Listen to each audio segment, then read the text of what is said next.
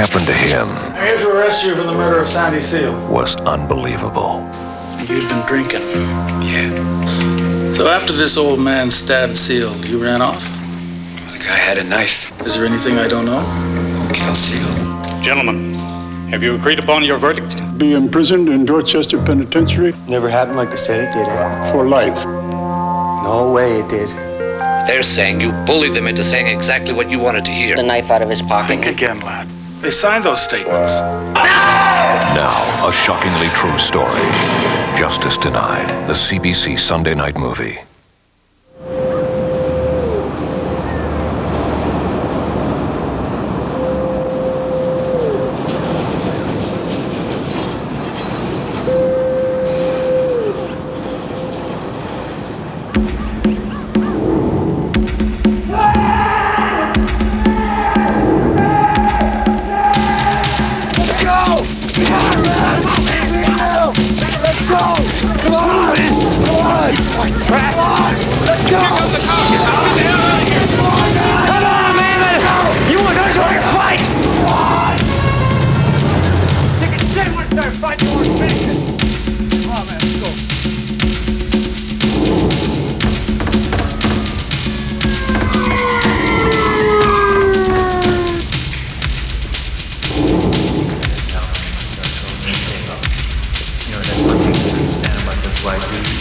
You want to start the fight, take off when the first sign of cops. And you don't take off when a fight, right? When you want to start one, you finish it. Stay there and you finish it. Cops or no cops. I know, man. But I mean, come on, you know that's the way they are. Oh, yeah. Like last ticket? Yeah, man. Nope. Come on! Get lost. How about some change? Beat it.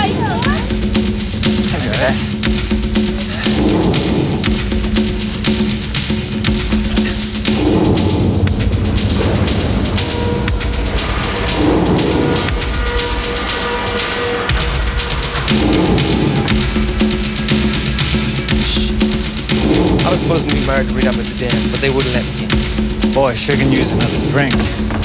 She probably won't talk to me now.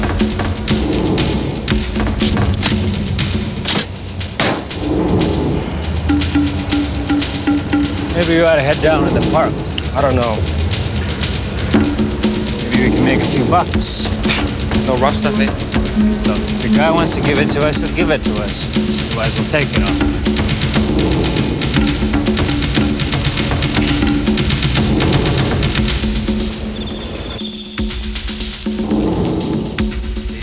Boys? From these parts? Sure, man. I was around here before. Where you from here? Come from out west. Winnipeg. Yeah? When'd you get in? Just a few days ago. For a job? Yeah. No, we're just passing through. We're looking for a drink. Yeah, we're looking for a party. Got any? Well, I haven't got anything on me, but I'm sure if you get back to the house, we can find something for you. You don't have anything on you, eh? That's not. I'm not going over to your place. You got any money? Do you have any money? I got no money. I said, I got none. Roy, deep, Roy. All right, you are. Dig. Probably to dig, eh? Roy.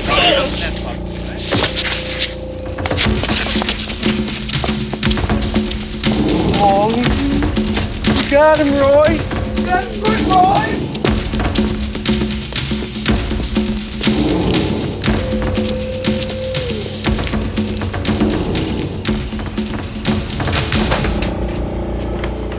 You saved my life, Roy. You did. You saved my life, Roy. You done good. I was getting worried there for a minute, I'll tell you though. Keep your voice down. I was getting worried there for a minute. They wanted to get us, but you got them instead. You got them better. That's right. Oh, you did. Hello, Jimmy. Hello, Roy. It's getting late. He saved my life, Mary. Shut up. It's getting late. Okay, we're going to bed now. Right, sweet dreams. So cold. Oh, Jesus. That's Andy, man.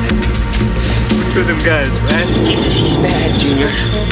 We're two guys, man. They were talking two guys, one that pulled a knife. That's what they did. We gotta get some help, Junior. What do we do? He's bad. Come on, we gotta get somebody. Come on, Junior.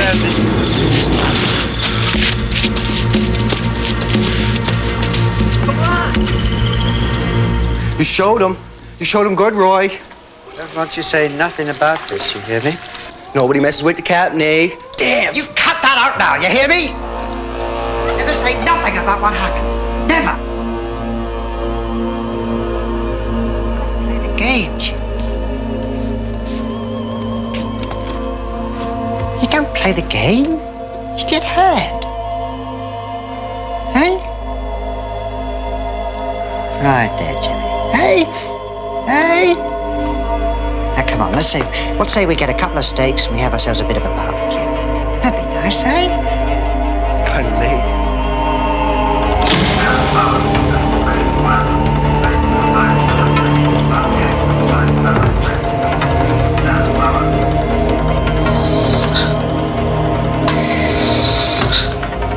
Blade. Clamp. Would you seal off the scene down at the park? No, I didn't seal off the scene. I thought you were going to do that. Geez, I don't think anybody did. Well, I'm not going back down there again tonight. What about Hey, don't you go too far. Dr. Cole. What about Seal's clothing? You got it. want to do anything with that? Imagine you're all here. How you doing, Mike? Leo. Howard. How's it going? Dr. William Wallace. Dr. William this guy? Wallace. His name is Maynard Chance. Picked him up hitching out on the highway. Sure it was all bloody. He said he was there tonight in the park when the kid got stabbed. I was with Marshall after Sandy got stabbed. Yeah. Anyway, I thought somebody ought to talk to him. I told him what happened. There were two of them guys, right? How come whenever there's a fight, you're in the middle of it? Them guys who got Sandy, there were two of them, right? Dr. Ted Graham. Dr. Ted Yeah, two Graham. guys. Just pick these guys up down by the government wharf. Recognize them?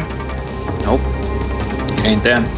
What makes you so sure? Dr. Rogers. The guy who got Dr. Sandy was Rogers. old, gray hair, and he was short. I thought at the park you said the old guy was tall.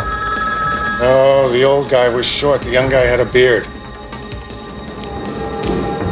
Morning, Sergeant McIntyre.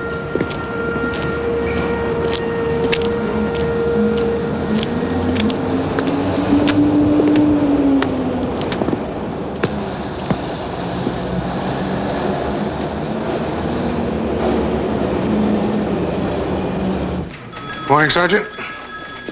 Morning. What's his condition? Anybody know? Not good. Seal's stable, but not much more. Who was with him last? Well, it was four of us here. We were all down at the hospital with him at one time or another. And who talked to him last?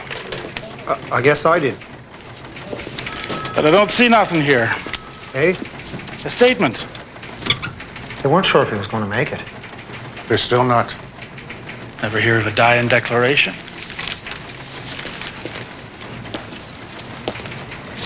How's Marshall? Oh, he's okay. Took a few stitches in the arm. We took him home. The kid was pretty shook up. Hell, that he was. Well, let's get him back down here. Don't figure he's going anywhere. Don't wait too long before you bring him in. Prime Minister Trudeau expressed surprise at what he called the Soviet government's willingness to deal with Canada as a great power, despite his own protestations. Come on, John, out of bed. That high. Said today you was going to help me out. This morning in Sydney, a teenager clings to life. Last night, Sandy Seal, aged 17, was brutally stabbed in Wentworth Park. Seal and a friend, Donald Marshall, Did you hear that, John? were attacked by two unknown Were you at that Marshall crowd last night? local dance. Marshall, who was also stabbed, was treated at hospital and released. It's good you hanging around that Indian crowd. Should stick with your own kind. You hear me? To contact the sergeant or detective.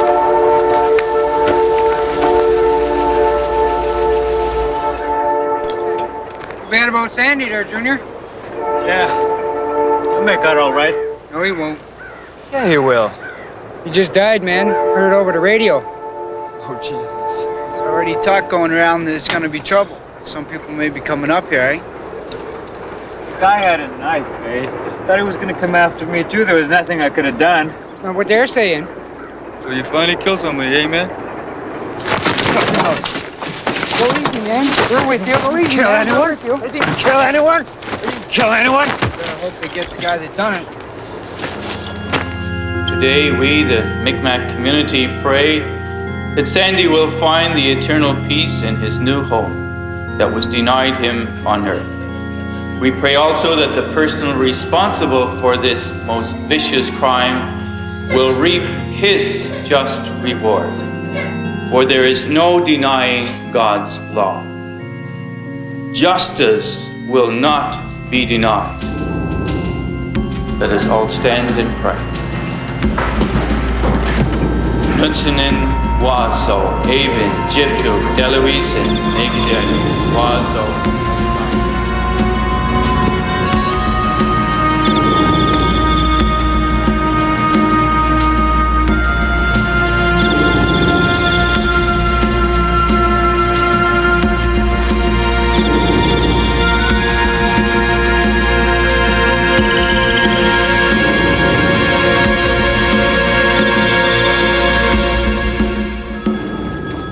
Over there beside Prodigal.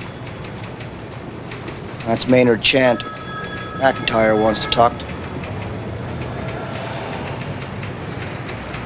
Park drain this morning. Find anything? Mud.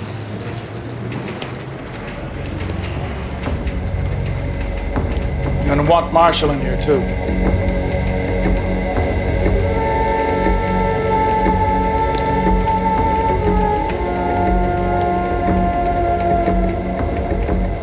John, gonna stay here tonight or go home? Jeez, I don't know. Sometimes sleeps in a cell overnight. Or it's home away from home, eh? First I seen two fellows. They talked for a few minutes over on Crescent Street. One fellow hauled a knife from his pocket and stabbed one of the fellows, so I took off across the tracks. Who are all these people? Him? McIntyre's talking to him about the Marshall thing. Hell, if I was the guy that done it, I'd be off the island this morning. Probably just an argument got out of hand. Maybe. You know how them kind of kids are. It's funny, eh? That description the Indian gave? Kinda made me think of that weirdo hangs out around the Celt. It's me and Bobby Patterson. Couldn't be. Description's not even close. Did you notice anything strange in the park?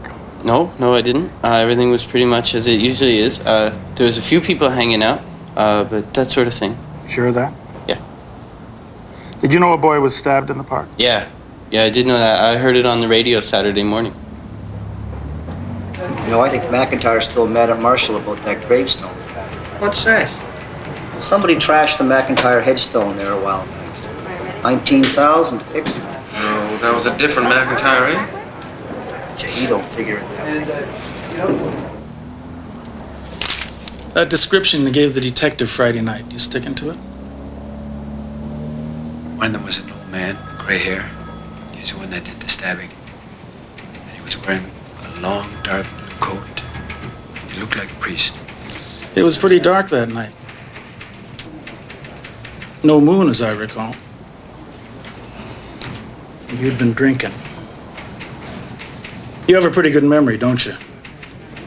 And whenever you're picked up for something, it improves. I don't know what you're talking about. So after this old man stabbed Seal, you ran off? Yeah. I've never known you to back down from a fight. And a little old man?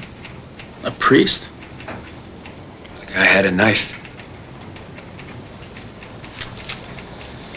What were you doing in the park at midnight? Walking home. You weren't there for anything else, eh? Like what? I've known you to go looking for a fight. Known you to panhandle pretty aggressively. You've already got a liquor offense.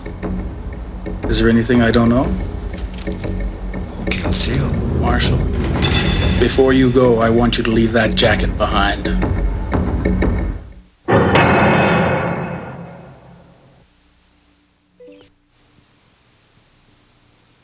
Okay, if gifts are supposed to talk for you, how come they don't talk? They say perfume speaks volumes, but have you ever heard a beep out of a bottle of perfume? Beep, beep. Has a tie ever asked you how you were? Hey, how you doing? Has a pair of slippers ever told you how much they miss you? I miss you. Only one gift really talks. Long-distance gift certificates. Now in $5, $10, and $25 denominations. Give them to someone who'd like to hear the voice of a loved one. A talking gift. That's what Bell Long Distance is for. And now there are Nikon cameras and Suzuki Swifts to be won. In Canada, the male will try to entice the female by staging a colorful display. It's called strutting your stuff.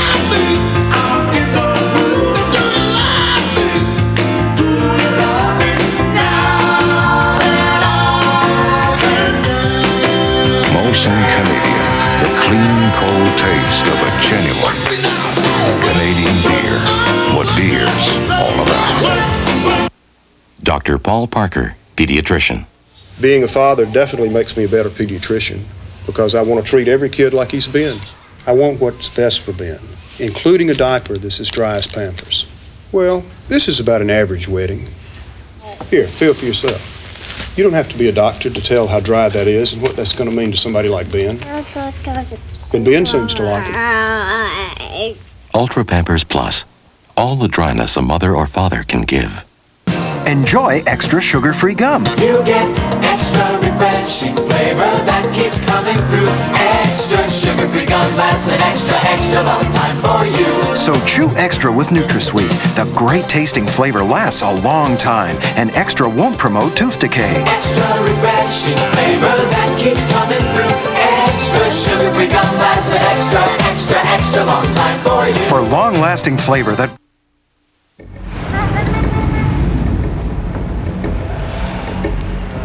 Short guy is top. The second guy was at least 6 feet and was much younger. Younger, right? Yeah, younger. Look, boy, save your story. Don't do no good telling it to me. You'll have to talk to Sergeant. What's that these lads are talking about? They think they might have seen something in the park. 2 guys, a tall one and a short one. The short one was wearing a long blue coat, sort of. Thanks, Sergeant. Take their information, will you, Sergeant? Come along, Billy. I got something to show you.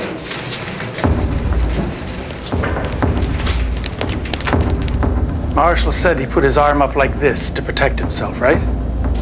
Said the guy lunged at him after he stabbed Seal. That's how Marshall's saying he got himself cut. Yeah. But look, if you're trying to protect yourself, you're going to do this. And then where do you get cut? On the outside of the arm. How did he get cut? 3 guesses. Cut himself? Marshall's not stupid by any means. Says here, he failed twice by grade 6, and he was expelled by 15 for striking a teacher. He was on the phone, Saturday morning? Heard that from a couple of them kids. That's how that cockamamie story about the 2 priests got started. There's a few of them saying the same thing. Have you noticed? There's not much blood on the jacket. How do you figure that? And look at that hole. That's not a cut. It's been torn. I'll betcha.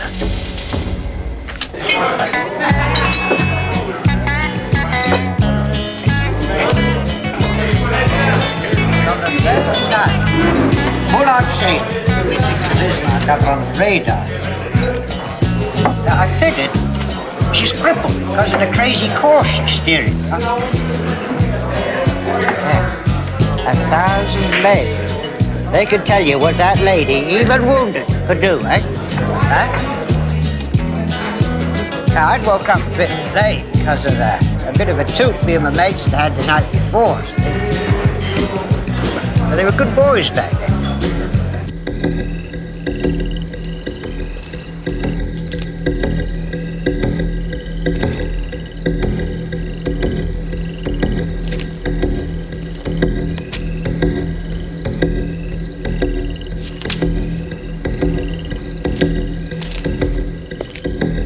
As I stood silent on the bridge, I knew this.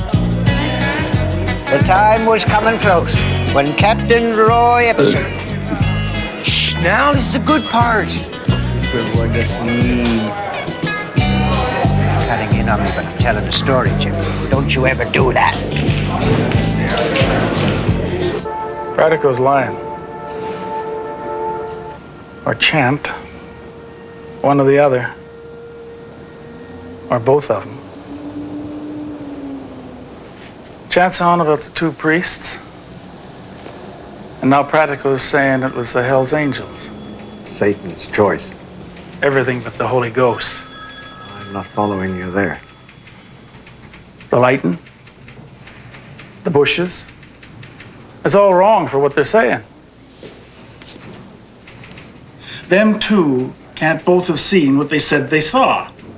It's impossible. You sure? Yeah. Let's bring them in. All right. Oh, I hear Chant is on probation for something. Find out, will you? Okay.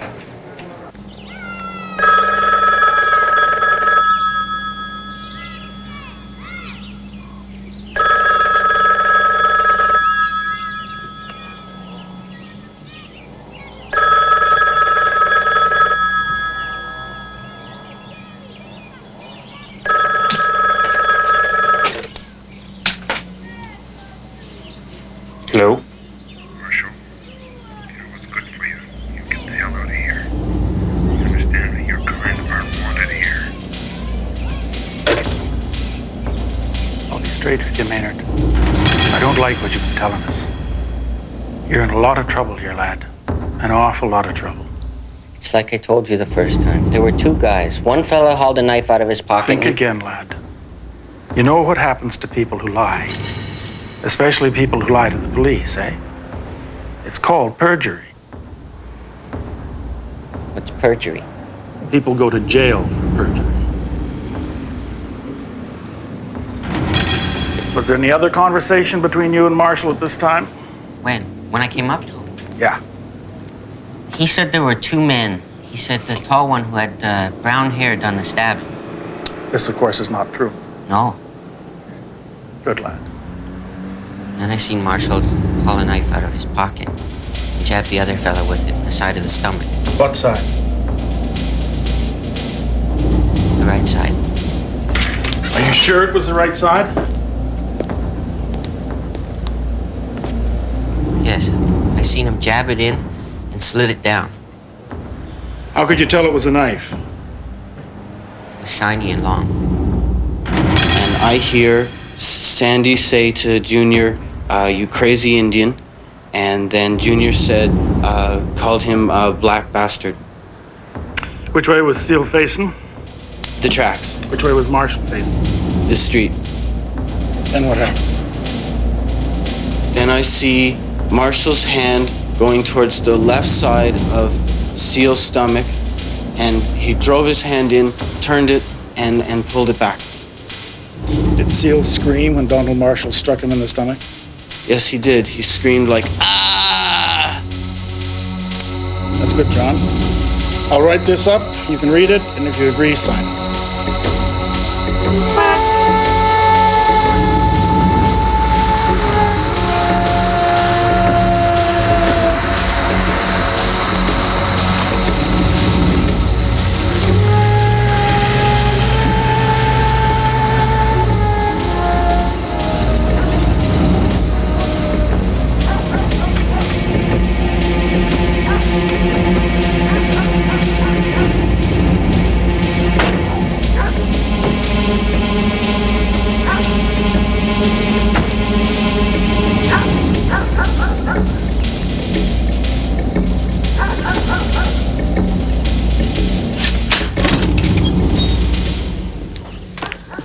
What's going on?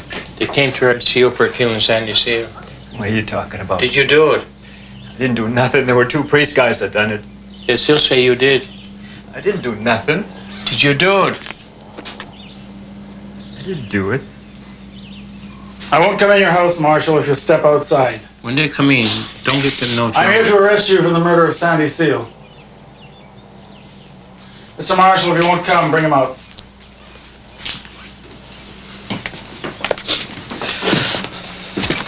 You need not say anything.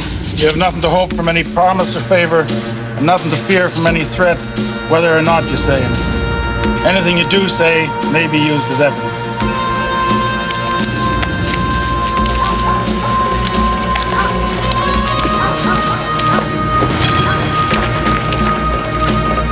Wait with this. I don't care what you got against me. I never did it. You're in big trouble, lad. In.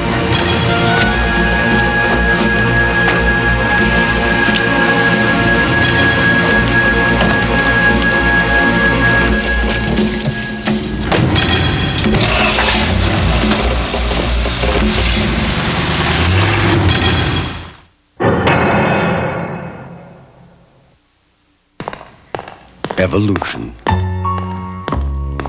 Man, slow down. We'll get there. Take your time. The next step in evolution. 'Cause, man, this is it. Molson Special Dry. The evolution of beer. To the average car, this could be a dangerous body of water, though it's only an inch deep. That hardly phases the new four-wheel drive Subaru Legacy, the latest in foul weather gear.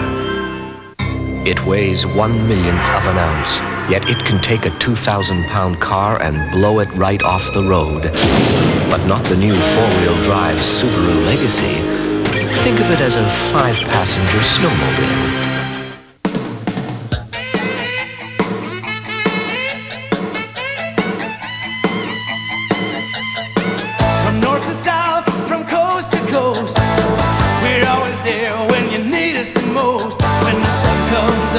When the sun goes down, we're helping Canada get around, get around, yeah, get around Canada. We're keeping the good things going. We're keeping the good things going. Yeah, we're keeping the good things going. We're keeping the good things going. We're keeping the good things going. We're keeping the good.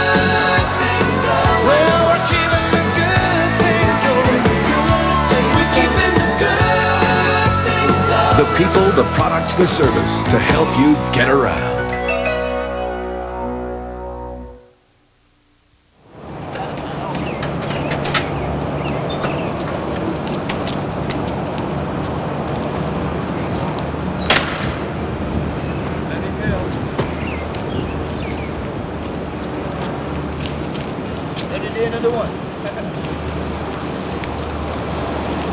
As your lawyers, this is very important, and it's certainly nothing that you have to worry about. You've got enough problems. Donald, there are a couple of details here that I think are just a little bit curious. Now, you seem to have a very clear recollection of what happened that night, and this is good. This will help. Although obviously it was rather a highly charged experience. See, I gather that you told the police you had a fair bit to drink that night, and then you talk about the people that you allege did the stabbing, and you say that one of them was dressed like a priest. One was, a short one. Sydney is a small town, though. Strangers get noticed here. That's what small towns do. They notice things that are out of place, people who don't fit. You see what I mean? Like it is. Donald, my problem with this is I just don't understand. How come the police have never even heard of a short, gray-haired old weirdo like the one you're describing? I mean, to me, this is just not possible.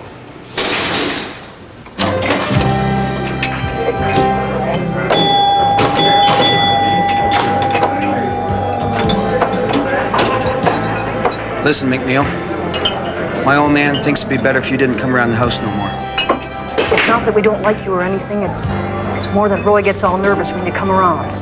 But Roy and me get along good. The old man's in kind of a bad way nowadays. Roy said we was mates. Not anymore.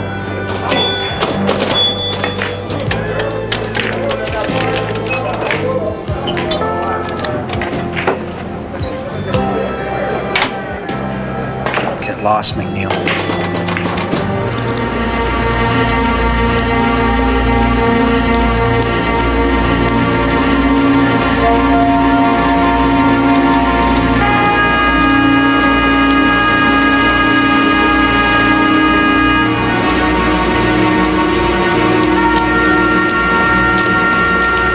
Fellas feel okay? Yes, sir. Think so. You remember what we went over in the park? Yes, sir. You just tell them the truth the same way you told it to me. Don't you worry about anybody hurting you, or making you unhappy, or looking bad, or anything. No, sir. There are going to be a lot of people here. It's gonna be packed. You sit.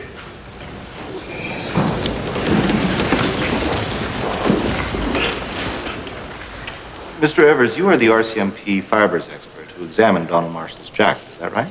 That's correct. Could you describe that jacket, please? There was 2 cuts in the left sleeve of the jacket. One cut was about 1 inch long and the other was 8 inches long. Were those cuts made by a knife, or were they the result of a rip, such as someone might do themselves? Part of the longer cut resembled a rip, and the other part of it looked like it was cut by a knife. Tell me, Dr. Varick, was there any bleeding from the cut in Donald Marshall's arm? No, there was no bleeding. I just went and stitched it. Now, Doctor, in your opinion, could this wound have been self-inflicted? Hard to know, really. But it's possible. It's possible. Nurse Davis, could you describe Donald Marshall's wound, please? He had a laceration on his left forearm, about 3 inches long. Did you notice anything else about his arm? He had a tattoo on his arm. Can you tell us what that tattoo says? I hate cops. Thank you.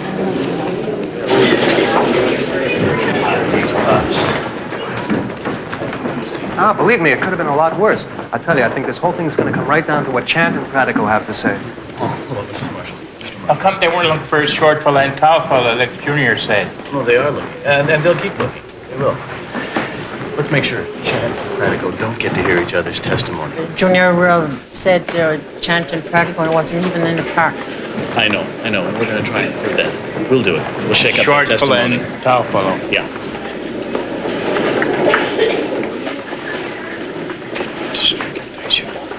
When film ko wan. Yeah, you down when you watch it. Maynard, did you notice anything as you were walking along the railway tracks? I noticed a fellow hunched over into a bush. What'd you do? He was looking over towards the street, so I looked over and I saw 2 people over there. Did you recognize either of these people? No. But I guess they were having a bit of an argument. Why do you say that? I don't have no reason why. Would you hear what they were saying? No. Although I could hear they were using profane language. Can you describe these 2 men, what they were wearing? Well, the fellow what kneeled over, he had on a dark jacket and pants and that on, and the other fellow had, at first I thought it was a yellow shirt, and then after when he caught up to me, it was a yellow jacket. Now, Maynard, this man you saw, what did he do with the object in his hand? He drove it into the other man's stomach. Who was the man that hauled out the object and drove it? Pardon? Donald Marshall. Is that what he said before? No, my lord, he did not say that before. In his evidence, he did not recognize him. No, I didn't recognize him at that time, but after, I recognized him. After when? When he came up to me in the street. You recognized him as being Donald Marshall? Yes.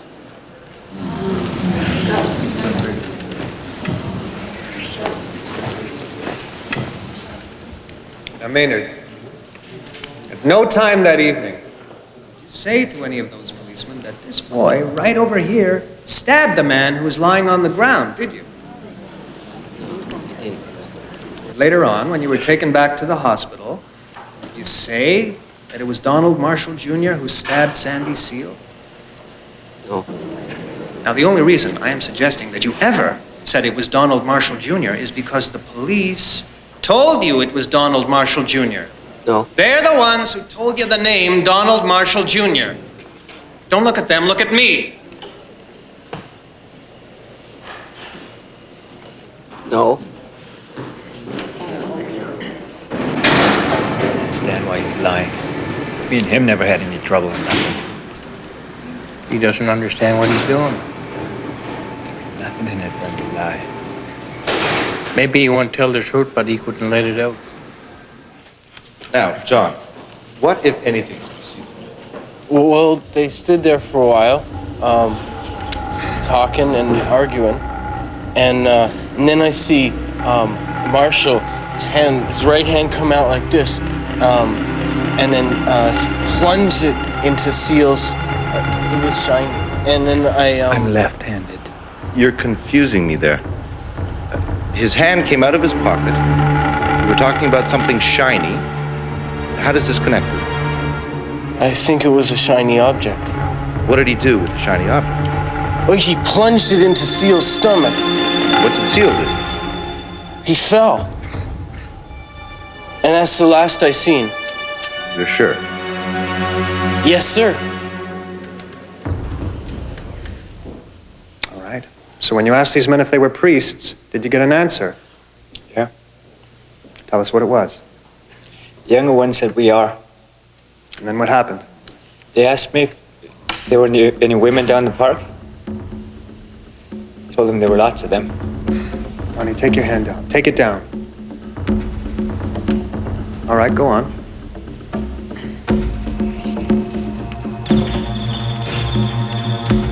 Told us we don't like niggers or Indians. Go on. Took a knife out of his pocket. Who did? The older fellow. Yes. Drove it to Seal. Louder, please. Drove it into Seal. Miss Marshall, after the stabbing, you were running? Yes. Did these two men attempt to follow you? Well, I looked back.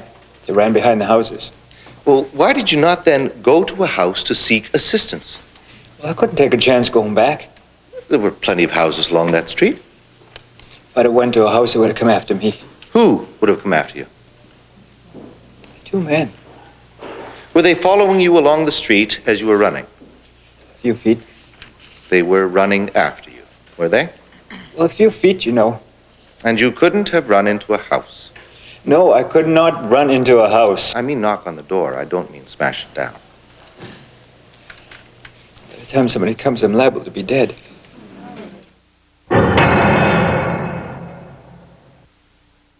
This is 100 square yards of the kind of carpet you probably have in your home. Only it isn't in your home. It's in an elementary school.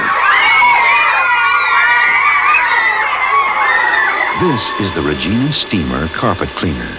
Easy to use, doesn't require a sink hookup, and very effective. Regina Steamer Carpet Cleaner.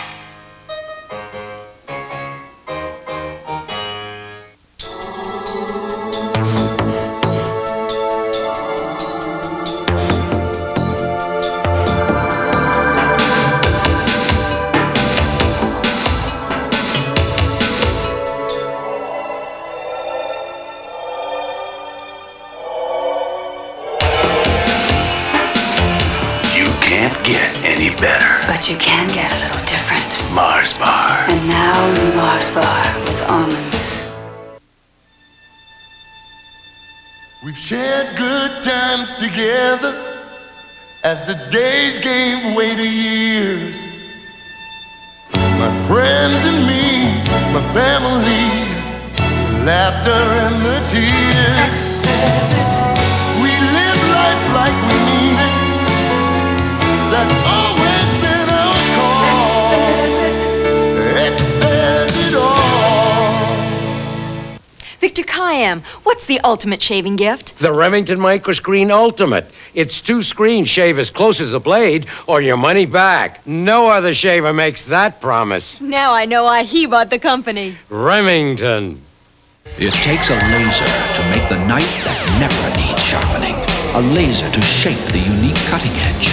For perfect sharpness and perfect cuts for years and years. The knife that never needs sharpening. Laser. Maynard Chant. He's 15 years old. He's in grade 7. He's failed grades 2, 5, and 6. Now, gentleman, Chant was there. He was there. He was at the scene with Marshall. But did he say to the ambulance driver or to any of the policemen? Did he say to anybody at all? And remember, there was a man lying there stabbed. Did he say to anybody at all? There he is. He's standing right beside me. There's the man that did it. Arrest him. Arrest him. Did he say that? What about John Pratico?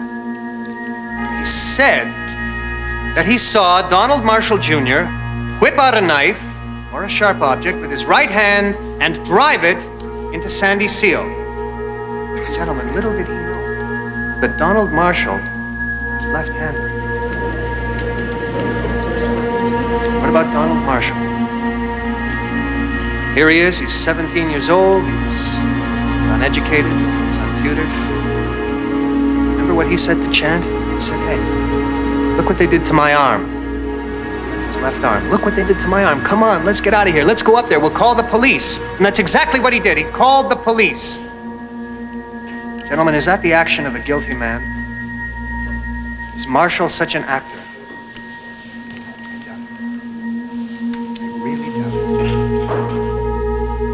Why did Mr. Chant and Mr. Pratico wait a week before telling the police what they saw? My answer is quite simple. Fear.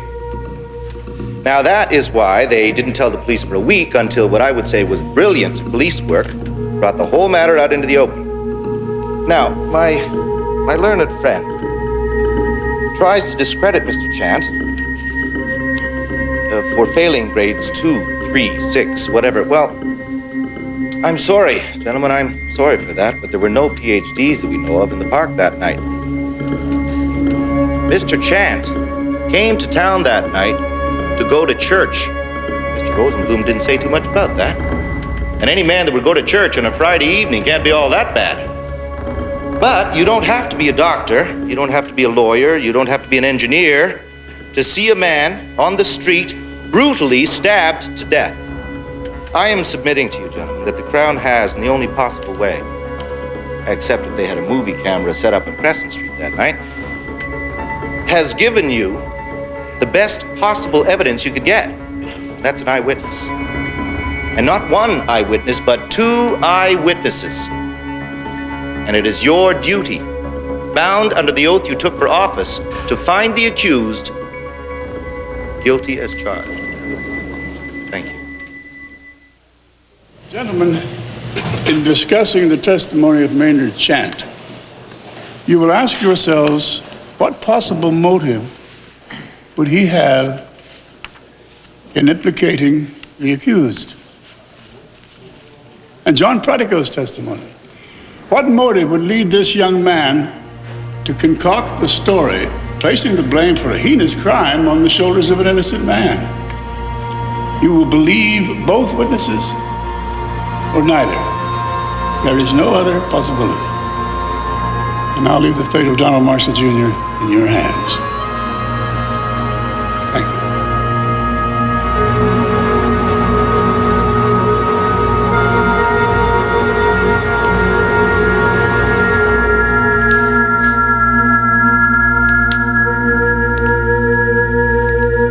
I know that the waiting is certainly very hard, but you know, with a big case, that's always the way it is. It really doesn't have to mean a thing.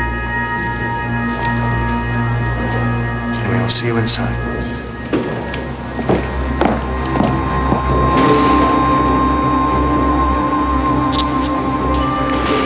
Jury's in, Marshal. It was quick. Barely over 4 hours. Is that a good sign? Just means I had no doubts. Stand aside, please. Stand back. Ladies and gentlemen.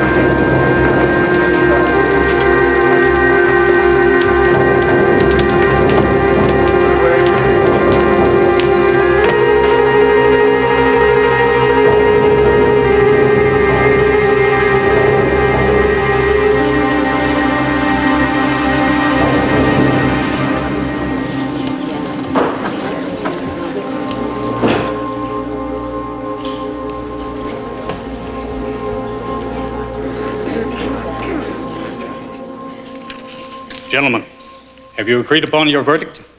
Yes. You find the accused, Donald Marshall Jr., guilty or not guilty? Guilty? No. Holy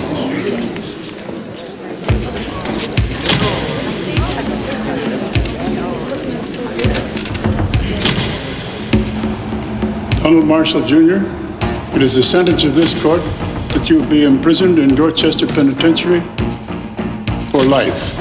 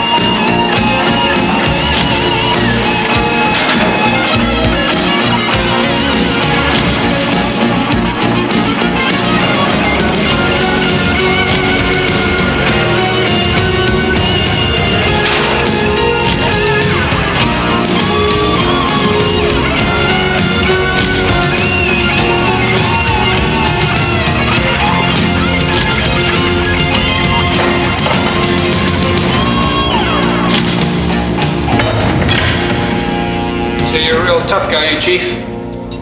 Let's see how you do it in the real world. Don't take much to stick a knife at some kid's belly.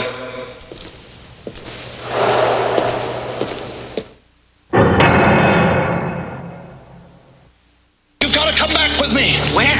Back to the future. Marty and Doc are on a mission. 30 years into the future. Look what happens to your son. But they're about to discover that getting back is a complete wimp. Is only the beginning. Michael J. Fox, Christopher Lloyd, and Michael J. Fox. Mom, is that you? Back to the Future Part 2. Starts Wednesday, November 22nd at theaters everywhere. Consult local listings. In Canada, when someone moves into a place of their own, a traditional gathering is held. It's called a housewarming.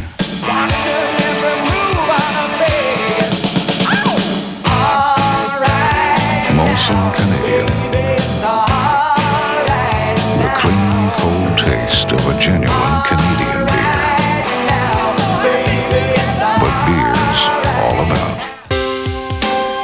In honor of our 50th anniversary, we're giving away a 1990 BMW 535i sports sedan. 100 high-tech Philips World Time clocks. and 50 special edition gift sets of the world's most advanced electronic shaver. Philishave by Philips, shaving circles around the competition for 50 years. Details wherever Philishave is sold. At the time of Confederation, Canada's pulp and paper industry was on its way to becoming one of the nation's largest employers and exporters. But economic growth must go hand in hand with responsible management of resources. Through advances in science and technology, we are working to achieve the right balance.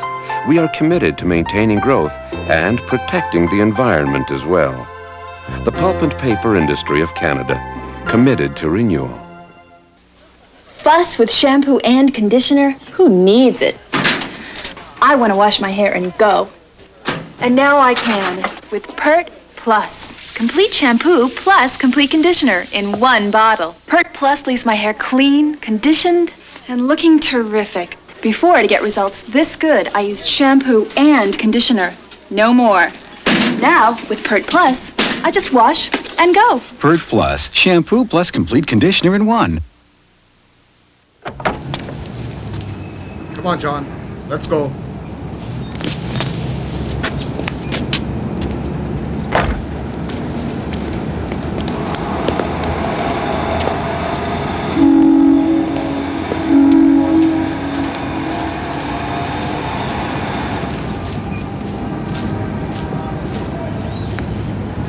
Welcome back, John. Good. Saw your name in the paper a couple of weeks ago. Go to Marshall Fair. You were a pretty important witness. Picture there? No. Come on back up. Same old.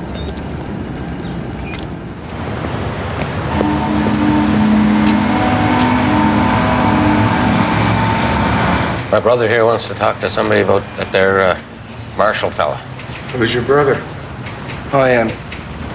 You're Jimmy McNeil, aren't you? Yeah. What about Marshall? Jimmy says Marshall ain't the one that done the stabbing. Him and Roy Ebser, you walked around in the park. Slow down a bit. The trial's over, McNeil. Almost 2 weeks ago. What makes you think Marshall didn't do it? I know Marshall didn't do nothing. Because I was there, and I seen what happened. You were, eh? Yeah, I was. What side was the wound on, Jimmy? The left side. I seen Roy's hand and knife all full of blood. He's been saying that all day. You hold it right there, McNeil. I think there's somebody else you ought to be talking to. Never happened like they said it did, eh? No way it did. I might have mental problems, but old Roy's crazier than a bag of hammers.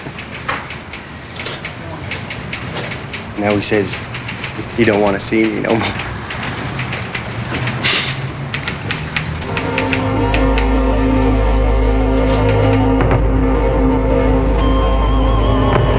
The short fella, he tried to grab my ring off my finger. Well, I tried to wrestle with him.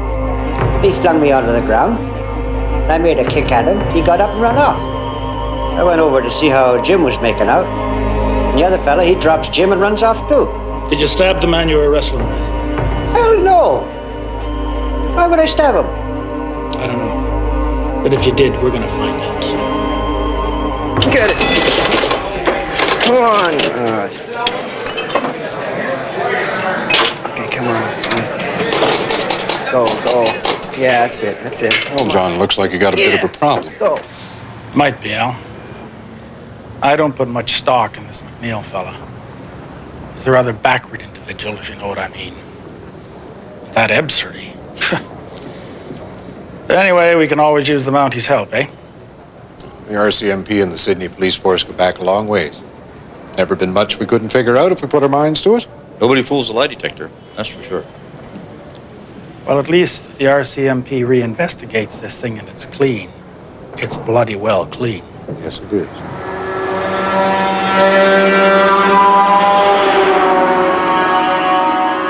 You a bit nervous, Jimmy? Yeah, huh? No need to be nervous here. Nothing's gonna happen to you. You've been drinking a bit, have you? Well, yeah, you know, like, just a couple of beers to calm me down and that. Detective McIntyre tells me you've got something you want to say to me. Yeah, I do. It's not on, son. I ain't never been very good at tests. It's not that kind of test, Jimmy.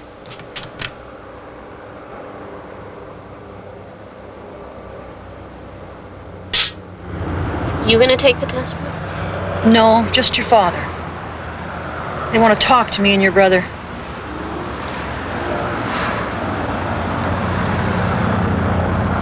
Conversation, sort of. And they want to talk to me, too? What would a little girl like you have to say to the police? This shouldn't take too long, Mr. Epsry. Just a few simple questions, and we'll move on to the Marshall thing. Right you are. This will only take a minute. Well, this is kind of fun, isn't it? Really? I like you. You're a real gentleman, you are. You can hook me up any way you want. There's only one way to do this, Mr. Epsry. Or maybe I can show you a couple of other ways. Arm there. Right. Rest on the floor. You're going to ask me about the morning I sunk the Bismarck, aren't you? May 26, 41. Killed 3,000. Everybody wants to ask me that one. That's not what we had in mind. No, I'm a reverend. Now. Just look straight ahead. The test salute me again. I'm a reverend in the Universal Life Church. Did you know that, young man? Oh, I didn't know that. You just look straight ahead now. I didn't think you did. God speaks to me often. I will be with you always, that's what he says. God doesn't like liars.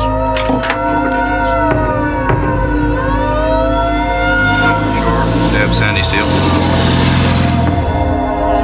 Did you stab Sandy Seal? No. Were you right there when Sandy Seal was stabbed? No. That night, did you wash blood from a knife? No. That's it. That's it? That's it, Mr. Adversary. Thank you very much. Oh, that's too bad. That really is too bad.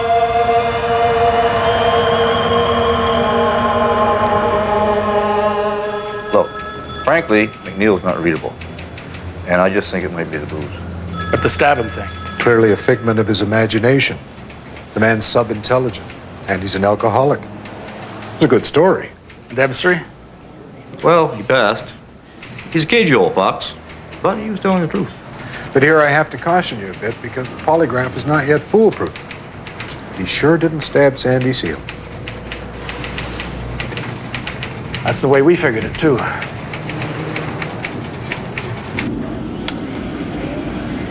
We got a prisoner movement now.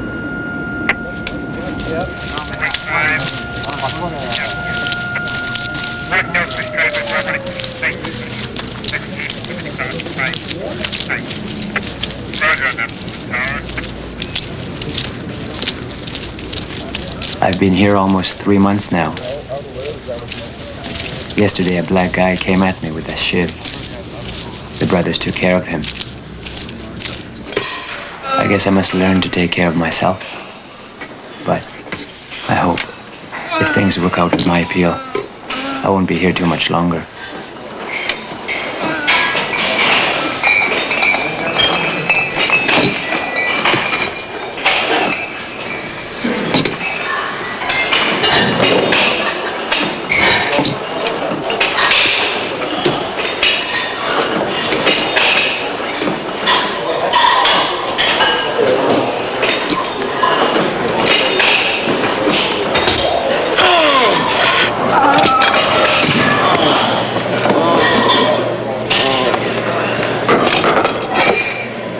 Come on, man, it's not your beat. Let's go, come on.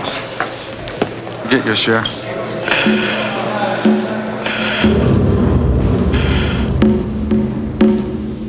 You're some goddamn lucky this morning. You see something like that come down, get away.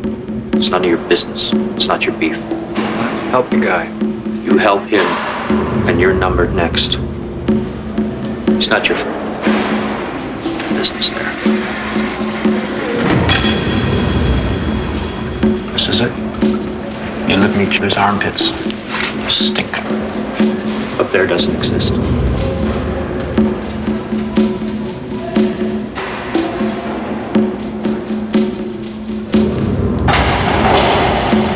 gonna hear people farting. You're gonna hear them sweating. You think I'm funny, huh? This is home. You'll hear the guy in the next drum crying sometime. You give him his privacy. He'll give you yours. I've been here 7 years.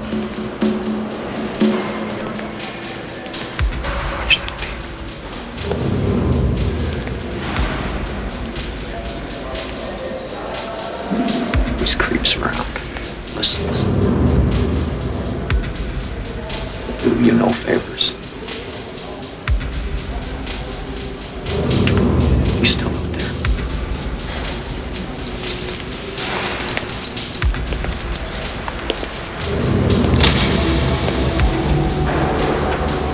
Some of them, when they come down, they'll whistle. No one whistles in here but the screws. Okay? You listen to that.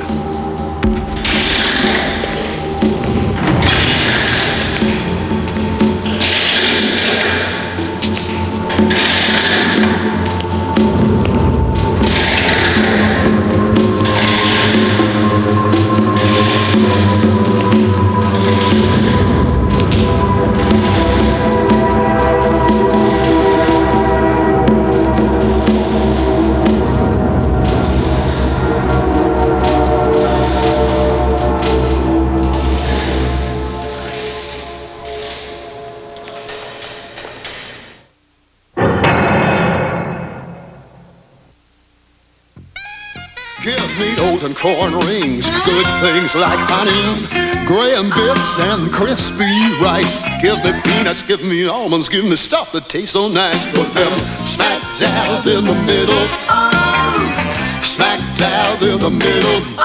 Put them in a bowl to satisfy my soul. Old cereal from Quaker with good things smack dab in the middle in honey nut or crunchy graham. Smack dab in the middle. I like it. There you go. Go on. When I was young, I used to love walking with me dad in the country. I was always full of questions, and he had answers. The older I get, the more I miss that. Come on. It costs so little to call the UK, but it means so much. This is Metaprin. It's a different kind of pain reliever. Metaprin is medically proven.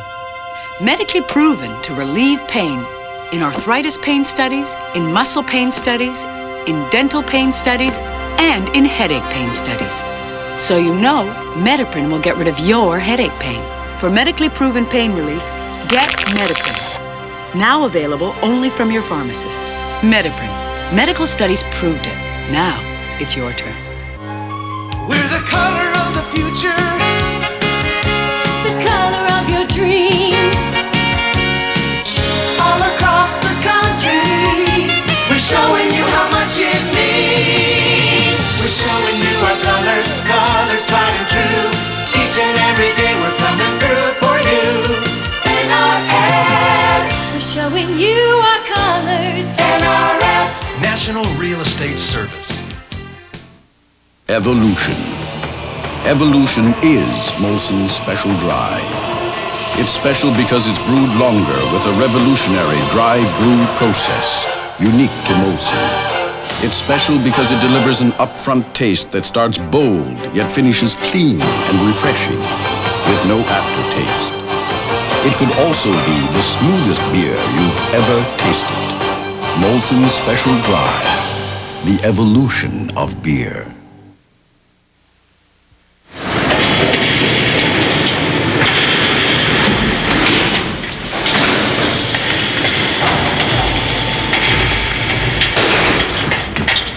Nine to 7 stairs up, 9 to 7 down, 8 times a day. Drugs get you through the days, not the nights. White bread makes the best prison brew. Always keep your pants on and don't take no shit, ever. Because the vultures eat the weak ones first.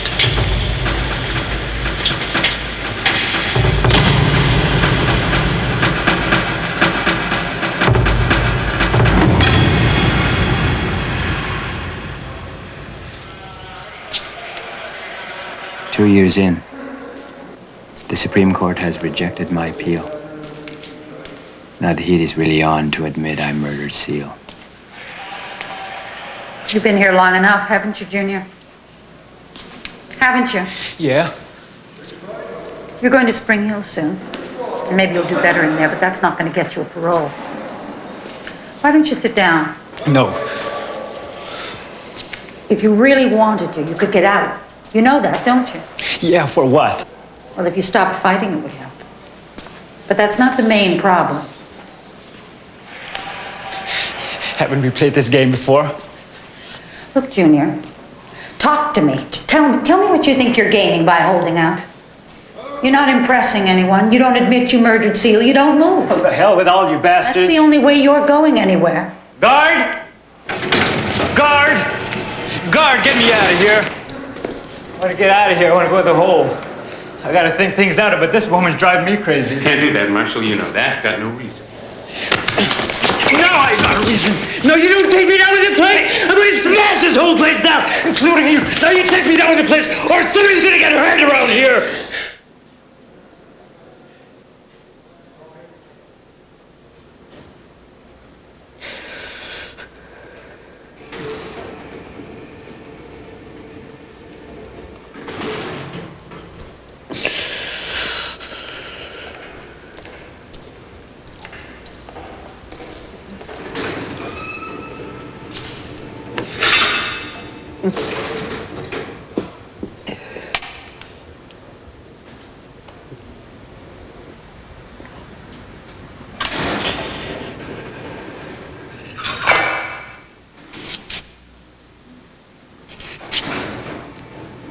I dream constantly about the old man. I will never forget that face, the voice. I don't understand why they don't find him.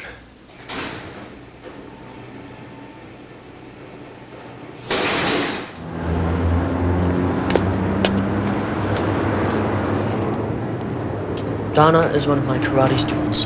Why isn't she here, Mr. Ratchford? What she has to tell us is so important. She's shy, and she'd have a hard time talking in front of you guys. And frankly, she's afraid of her father. So we thought that if I come down here... How old did you say she was? 16. A child, is she? She's shy. Oh, Mr. Ratchford, what do you think she'd tell us if she were willing to talk to us? She saw her father washing the blood off a knife the night the Seal boy was killed. It was 3 years ago. Come on now. This seems important. It was so important. Where was she 3 years ago? She's just a kid, and she's very shy. You said that already. Other kids came forward. Won't you just talk to McIntyre? So you're fed up with the whole thing.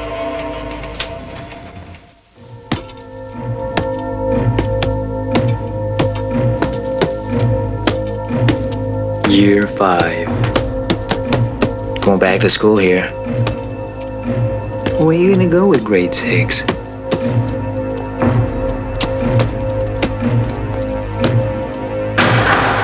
Told them I ain't the guy that stabbed Seal. They just laughed. The joint is dry this week. Nothing's coming in.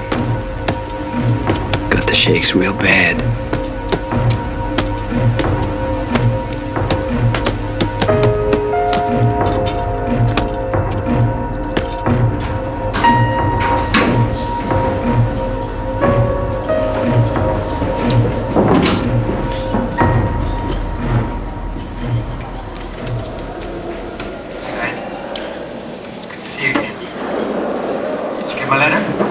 We got your letter. We took the letter to John McIntyre. He read it, but I don't think he finished reading it when he dropped it on the desk. And he said, he says he just won't come home and get even with the witnesses around here. Not gonna reopen the case? Not gonna go look for the guy? I don't know. I just walked out from his office and I told him, thank you very much, and I don't think I'll come back here looking for help anymore.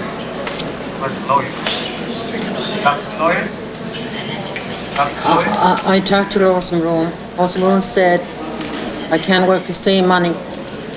Went to Cater, and Cater said, you got no money, I can't work for you. And I went to the Indian Affairs and pushed me out to his office and said his son was guilty.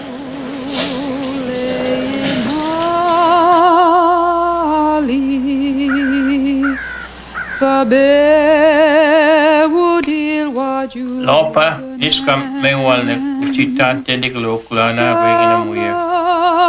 Idamle fiskwa na daneme toninga na tiwen paradne na dankeduli la dati niwala. Uliado isli wali madwa sanem gwegna telu wali madu samte moda. Nige alles het mensen van een junior ekala Dorchester.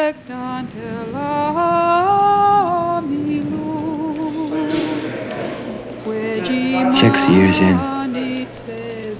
the shrinks are trying to convince me I really did murder Seal, but that I just forgot. Oh, Jesus.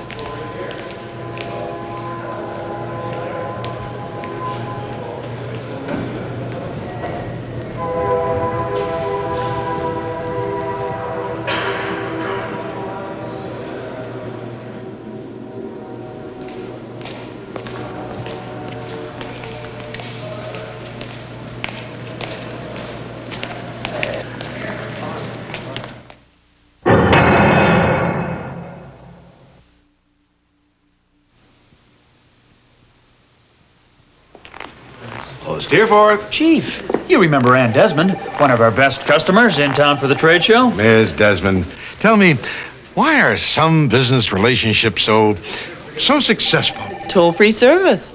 Order processing? Those professional people who answer our calls make it so easy and convenient for us to place all our orders.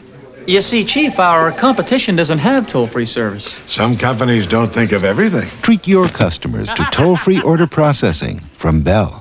It takes a laser to make the knife that never needs sharpening. A laser to shape the unique cutting edge for perfect sharpness and perfect cuts for years and years. The knife that never needs sharpening. Laser.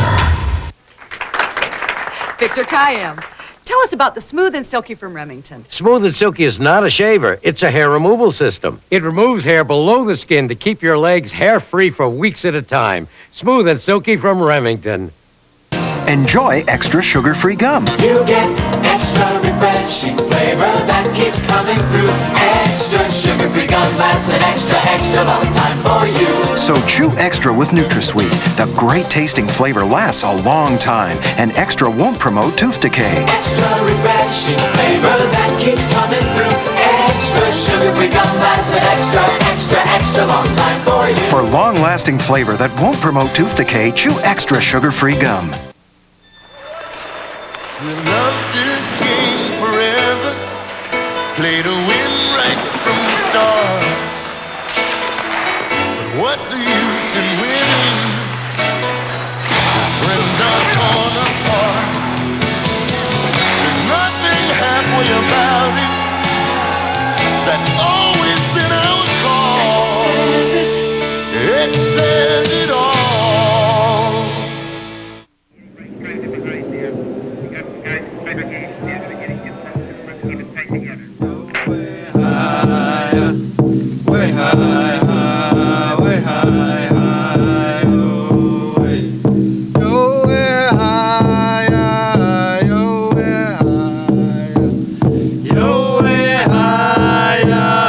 Year 7. I got a girlfriend now. That helps. Shelley Sarson. Met her while she was visiting her brother, who's also doing time. At least she don't always ask why I done it.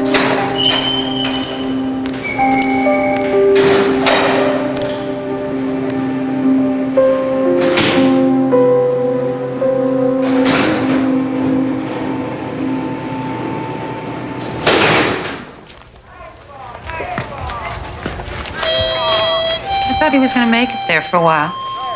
He's slipping. He wants to get a temporary leave to visit his family on the reserve. Let me hear the community assessment. Mrs. Marshall becomes extremely defensive about her family, especially Donald Jr. She becomes high-strung and emotional. She will not accept the truth under any circumstances. Chief Alex Christmas. I couldn't reach him as he was out celebrating re-election. Mr. C.M. Rosenblum, Marshall's lawyer, attempted an appeal, which was rejected. There are no grounds for any further appeals. He's quite frankly sick of hearing Marshall's name. Chief John McIntyre would be opposed to Marshall's being released on temporary leave. He fears trouble with the black community. Mr. Bernie Francis, who is himself an Indian and a court worker at the time, is convinced that Marshall is guilty. He thinks that his mother is the key problem. Obviously, Marshall's feelings of innocence haven't diminished one bit. It's a shame. He's not such a bad kid when he's sober. Temporary leave denied.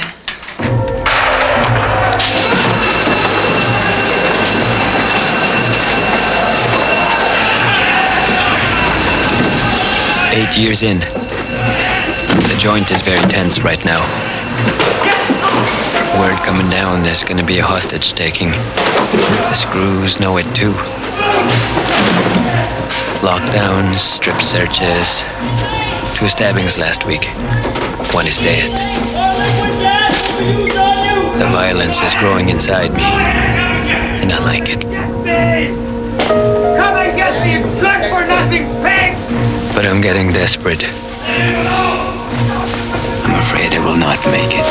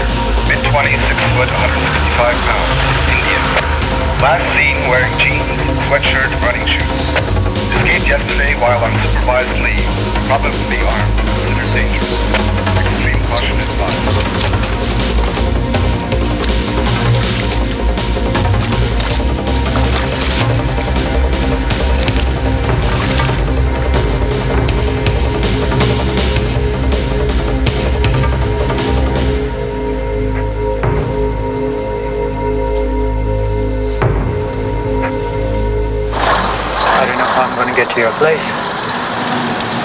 But I should make it for sure later tonight. No, I can't say no more. I trust you, Shelley.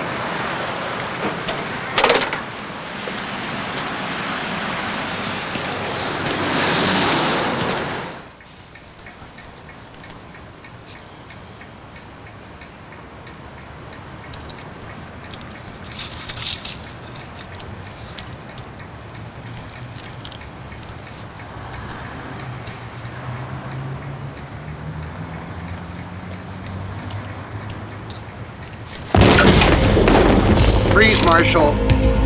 Come on, put him up. Real slow. Come on, up, up. Better. Where's the girl?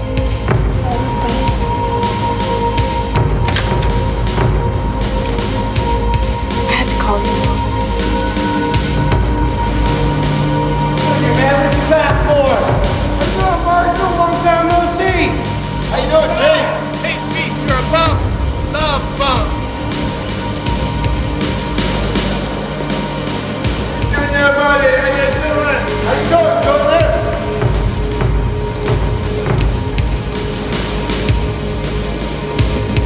I should have never gone to Shelley's. I should have kept going. I could have found that old man. I ain't nothing but a toad in God's pocket.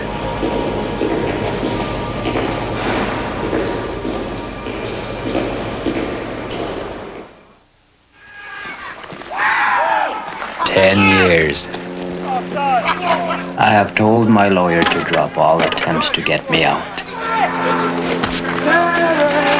I'm doing 15 Valium a day. I have been stoned or drunk every day for the past year. I don't give a shit.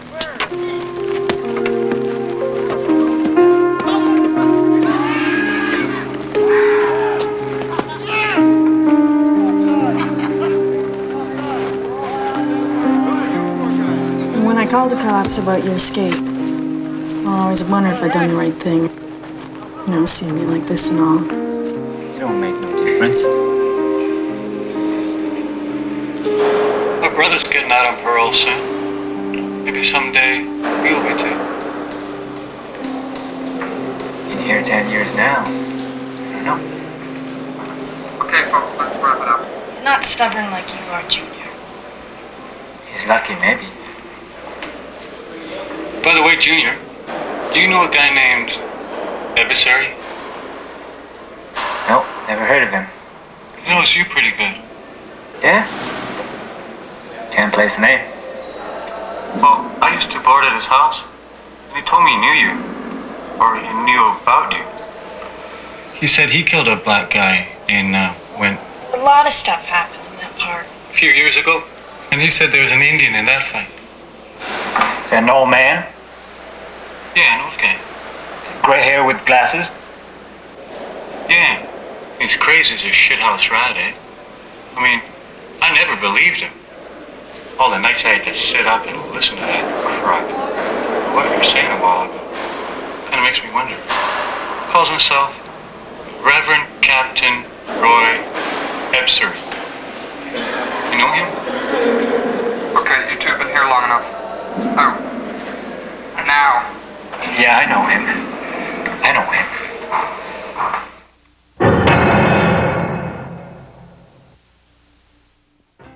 Ho, ho, ho! It's that time of year again. Okay, slipper expert, I'll deliver the toys. You deliver the Isotoner slippers. They just love that Isotoner feeling, don't they? Ready to hit the road, huh? Isotoner comfort slippers for women and girls with unique four-way stretch that gives tired feet the feeling of a massage. And now when you buy the gift of comfort, we'll give you a gift, a plush and cuddly slipper expert. Compliments of Isotoner. Ho, ho! You say Bradisol comes in several favorite flavors. It's been a trusted sore throat remedy for over 20 years. It better work fast. Bradisol medicated lozenges start soothing sore throats instantly. Okay? My throat feels better. When nasal congestion causes you misery, there's a remedy right under your nose. Ah, that's better. It's called Otravin. They call it Florida, a perfect place of rivers and rolling hills, a tropical moon and a loving sun. Right in the middle, there's a giant playground. Together with Canadian Holidays, we have up to 72 flights a week direct to 7 of Florida's most beautiful cities. Packages include everything from advanced seat selection to Canadian Plus bonus points. Call your travel agent or Canadian Holidays. When I was a wealthy duke, the house was full of servants. But now, Dobbs here fills in where he can. As chauffeur, gardener, cook, kennel master, and of course serving the classic quencher, Schweppes tonic water. Uniquely refreshing taste. Cheeky little bubbles. Schweppefessence. Dobbs, the door. Yes, Your Grace. Loyal man, Dobbs. Schweppes, the great British bubbly.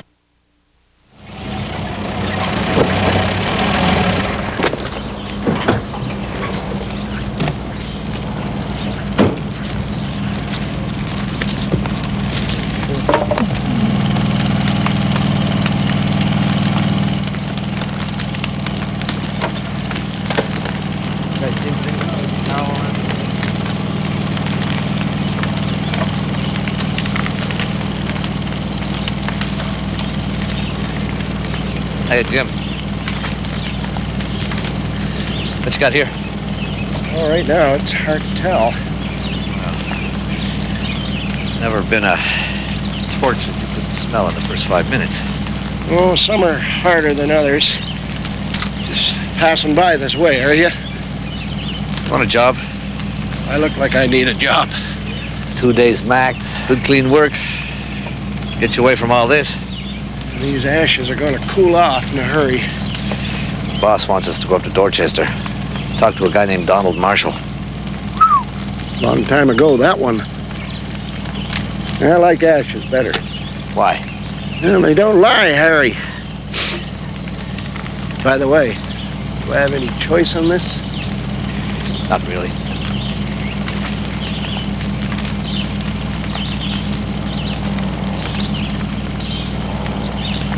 Taking him out for burgers. Nothing would live. Watch for your stepping there, Harry. That's ground evidence you'll walk down.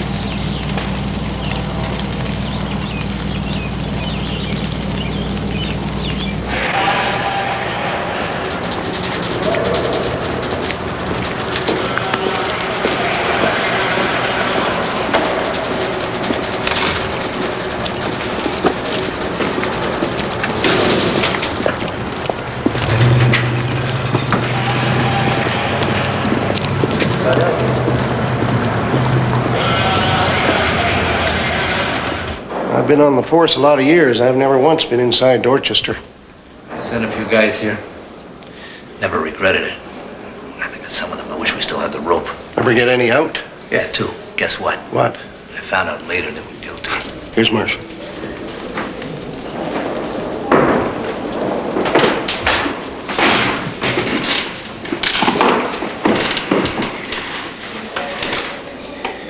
Never thought I'd see you guys here. Just here to tie up some loose ends. Don't expect anything. All right. Where'd you get the black eye? Ran into a wall. You just ran into another one.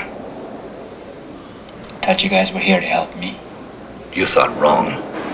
I don't want to be the guy who springs a killer just to prove how smart he is. So you talk to me, Marshall. You tell me why you're not the one who killed Seal. And if you lie to me once, I'll be out of here so fast your head'll spin. I read the trial transcript again. Looked okay to me. Yeah, me too. Or, have I missed something? I don't think so. Donnie C. McNeil and McIntyre must have been an awful tough crowd to come up against. I don't feel good about this, Harry. Is your stomach bothering you again? That's another problem.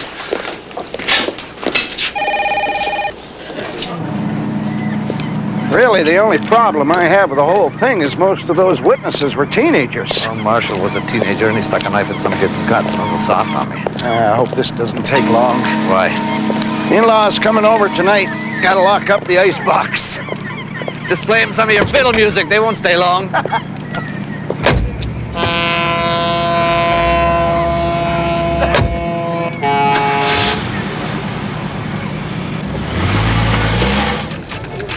You know what I think? What? The whole thing's a cooked-up job. RCMP did a complete reinvestigation 11 years ago, even used the lie detector. Why don't you just let the thing drop? No, we can't do that. Chief upstairs wants it. Marshall's been saying all sorts of crap ever since he was sent up. You know as well as I do, there's not a guy doing time that don't have a story. You know what else? A clincher? Mitchell Sarson is Shelley Sarson's brother. Shelley Sarson is Marshall's girlfriend. Probably right. You read the trial transcript. Looked pretty good. Damn right it does. Both Pratico and Champ saw him stick the knife in. All the details check. Well, we're gonna have to talk to them. They were just kids. How much do you remember from the old days, Harry? Well, I remember that you were the toughest cop on the street, Chief. Morning, Mitchell. Staff Sergeant Whedon, Sergeant Carroll. Howdy. Sit down, Mitchell. We'd like to have a few words with you. I said, sit down.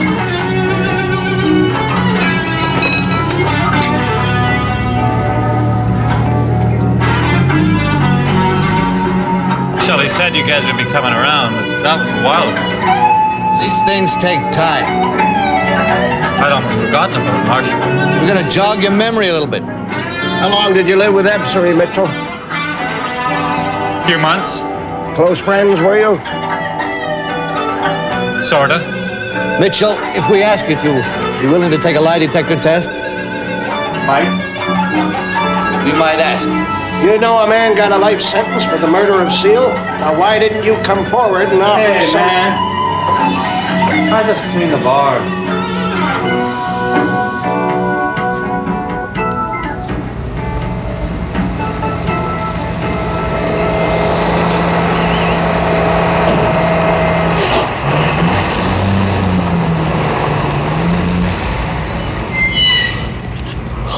Time passes fast when you're having fun.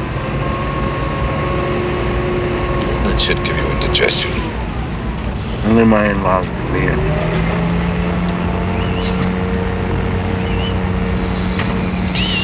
Tell me something, Jim. The description Sarson gave you. Doesn't remind you of the one that Marshall gave the police 11 years ago. Marshall and Sarson talked, eh? They could have cooked the whole thing. Guess that's what the chief thought. He's not been wrong about it so far, Harry.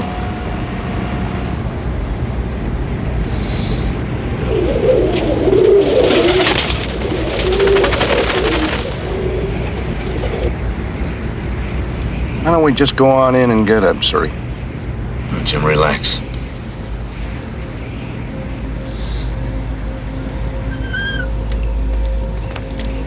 There's our man. Has to be.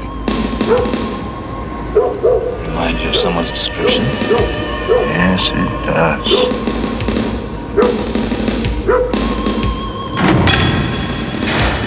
Mr. Ebsary, my name is Donald Marshall Jr.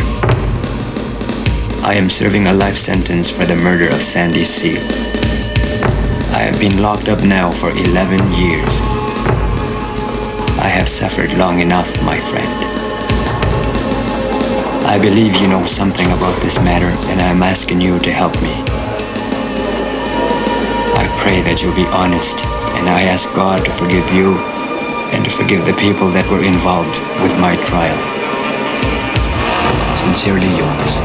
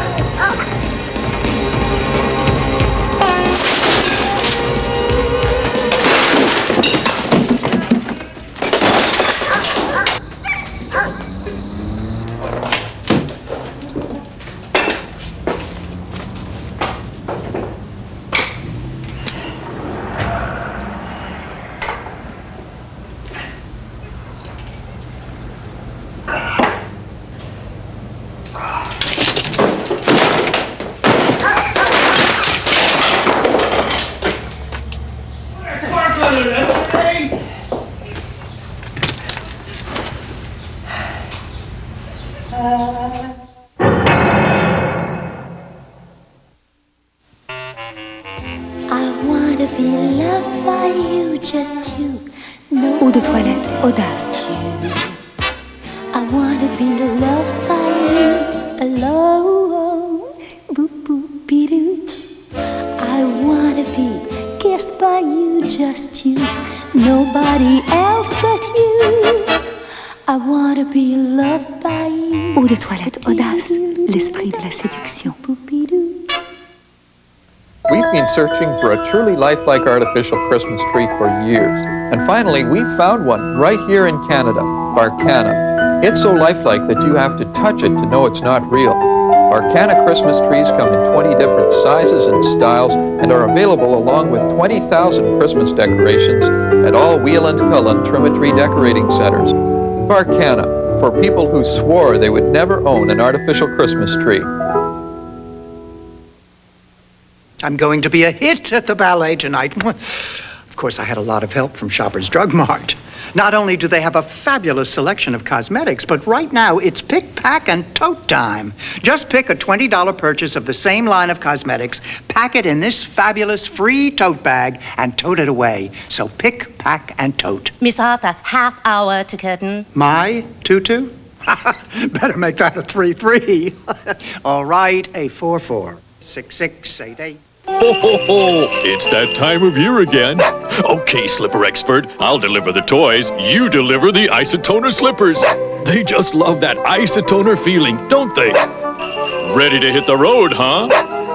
Isotoner comfort slippers for women and girls with unique 4-way stretch that gives tired feet the feeling of a massage. And now when you buy the gift of comfort, we'll give you a gift, a plush and cuddly slipper expert. Compliments of Isotoner. Ho, ho! What'd you find out about Ebsry? My son says the old man never left the house for 7 years after the murder. Haven't talked to his daughter yet. Some of the neighbors said they'd see Roy slip out in and out. Apparently he was getting it on with someone's dog. Guy's a one-man band. Versatile. So's Chant, I gather. A minor drug dealer. He thinks he was more, but he's not. You'd know, Harry. Yeah. See you tomorrow. Go visit his folks. Thanks. They run a funeral home. They're good people. Apparently Maynard used to stash the stuff in a coffin. Something else that's curious. When they did the reinvestigation back in '71, they knew Ebsry carried a knife. They pulled a file on him. Got a conviction for carrying a concealed weapon.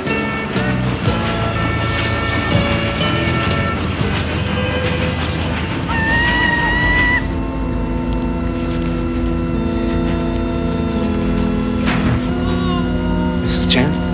Yes. I'm Staff Sergeant Wheaton, RCMP Sydney. This is Sergeant Carroll.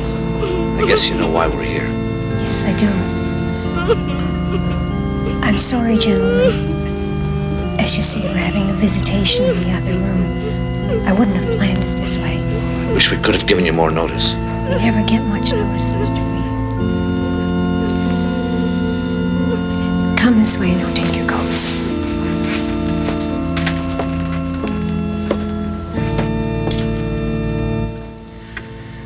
Well, I gotta tell you straight off. I didn't see no murder that night. I wasn't even in the park when the murder happened. Mrs. Chant, may I have a private word with you?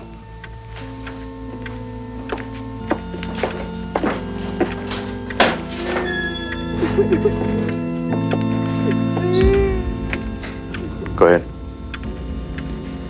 I met Marshall near the park. Must have been a few minutes after the thing happened. But I wasn't there. I didn't see nothing, so help me God.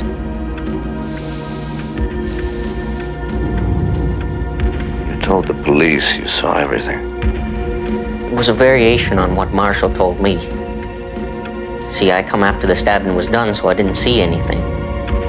But Marshall wouldn't have said he stabbed Seal. He did. That story about Marshall didn't come about till the second time I talked with the police. He told me I was on probation and could get 2 to 5 years for perjury. I didn't even know what perjury was. You have any other contact with policemen? A couple of times. Before the trial, 2 detectives come over to my house and drove me over to Wentworth Park. They wanted me to show them where Pratico had been hiding that night and where I'd been standing on the tracks. They marked the spots in chalk. They were suggesting different spots, and I agreed. At the time of the trial, did you believe you were lying? Everybody kept saying, Maynard, tell us the truth. And I guess after a while, I believed I was. It's gonna take longer than a couple of days. I read your report. You're being careful. Trying to. Chant lied back in '71. Why not now, Harry? No reason to lie today. Did he have one back then? Teenager on probation. Was very bright. There's a lot of pressure being applied. Talk to the chief? McIntyre's a tough cop. I wonder how he was fooled. Was he? There are some aspects to this that could be sensitive. Talk to Ebsary and Pratico first. But a hunch I know what they're gonna say. Do it by the book, Harry. John. I'd like you to take a look at this. Yes, sir? This is the statement you gave to the police. Yes, sir, it is. I'd like you to read it, John.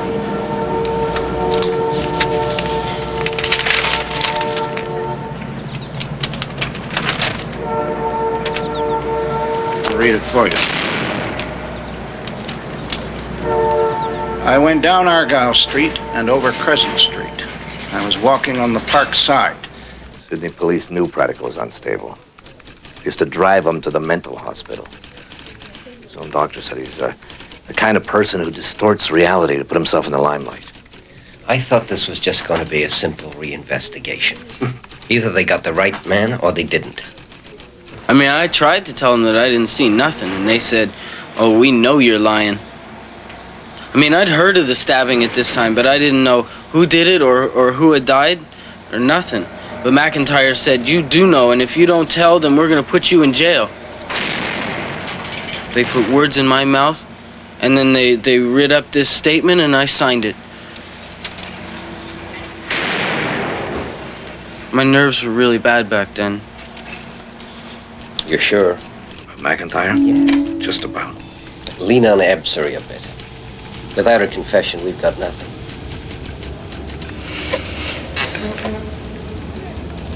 There's the Bismarck there.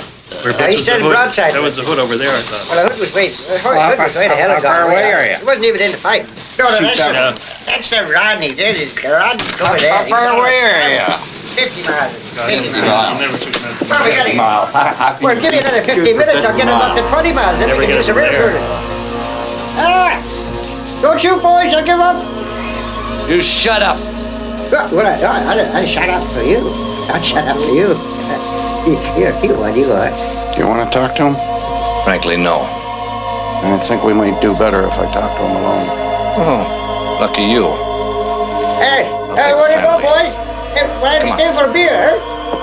You know, they're not supposed to drink on the job, you know. Apparently there was another suspect, a guy named Bobby Patterson. They tried to pick him up, but they couldn't find him, so they dropped it. That happened. Patterson was in the county jail. You know what else? When our guys did the reinvestigation in 71, they never even bothered to talk to Chandler Pratico. They just read the bloody transcript. That's all they did. They believed everything the chief told them. Don't forget what this investigation is about. I'm not sure if you're trying to get Marshall out. We'll get back into that. I wrote to Marshall, you know. I told him I'd be willing to help out in any way I could. I'll help you in any way I can. You mean you admit it? Admit what?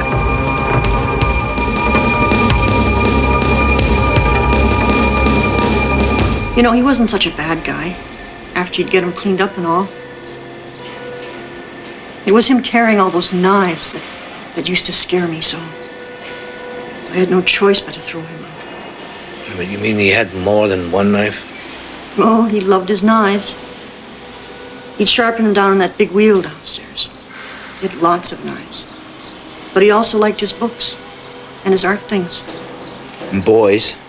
Mary, are any of those knives still around? Probably all of them. Roy would sharpen them down in the basement.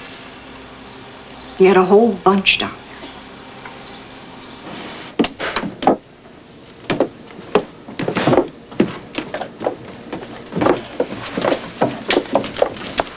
Well, that's where he'd sharpen them. Where are they, Greg? Last time I looked, they were back here. Yeah, what do you know? They're still here. These were his toys, eh? Would you know which one he had the night Seal was murdered? I would. It's that one with the foil wrapped around The handle. Don't touch it. I'd find his pockets slashed from pulling it in and out, eh? Tell me, when the police questioned you two back in 1971, did they see all this? Never came out to the house. Never asked about no knives. Well, when McIntyre questioned you, did you tell him your father carried knives? Sure. How do you remember that? I told him everything. My old man never done me no favors. It's what Chen Radical said. I already took statements with them 11 years ago. This is a little different from those statements. When did you talk to them? A couple of days ago. They say their original statements were incorrect. At first, they were giving me a cock and bull story. But their statements, these things here, they're bloody well correct. We believe Pratico and Chant lied to you. They signed those statements. There's no goddamn way. Look at this. He drove it into the other man's stomach. Who? Donald Marshall. And Pratico. What did he do with the shiny object? Plunged it towards Seal's stomach. What did Seal do? He fell. That's not what they're saying today. Chant and Pratico were telling the truth back then. Today they're lying. You believed those witnesses once, Chief. They're saying you bullied them into saying exactly what you wanted to hear. Read the 71 reinvestigation. Read the damn statements. We did. And you're right. I got all the details correct.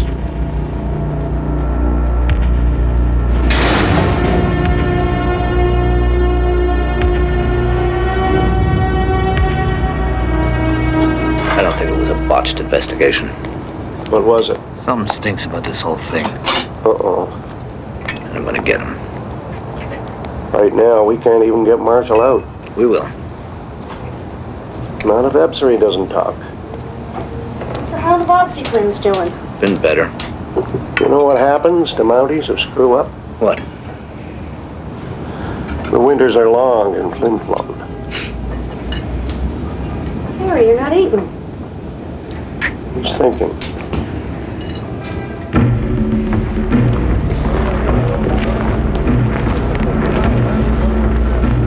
It has now been 7 months since I told them about Ebsary.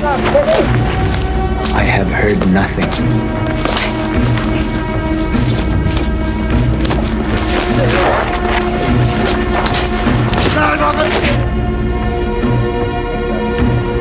Slipping through her fingers, Dolph. Yeah? Jim's having trouble with Ebsary. I don't get Ebsary, the whole damn thing falls apart. Well, I've testified at a lot of trials, but I've always had a strange feeling about the Marshall case. I'd twist Ebsary's arm and it'd probably break before he'd talk. You know, it's amazing when you look into a microscope. What you see, it's a whole different world from the one you guys Come are. on, Dolph, I can't hear what you're seeing. Well, I kept some of the fibers from Seal's jacket. Yeah. It's just kind of a habit I have. And you know, it's amazing, after all these years, how the fibers are still there on that knife that you found. You're not going to believe this, Harry. They match. What? The fibers from Ebsary's knife match the fibers from Seal's jacket.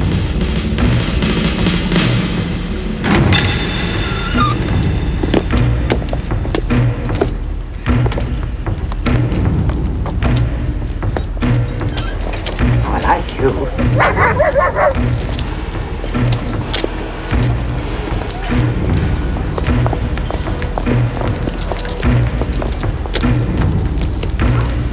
I never liked you much anyway.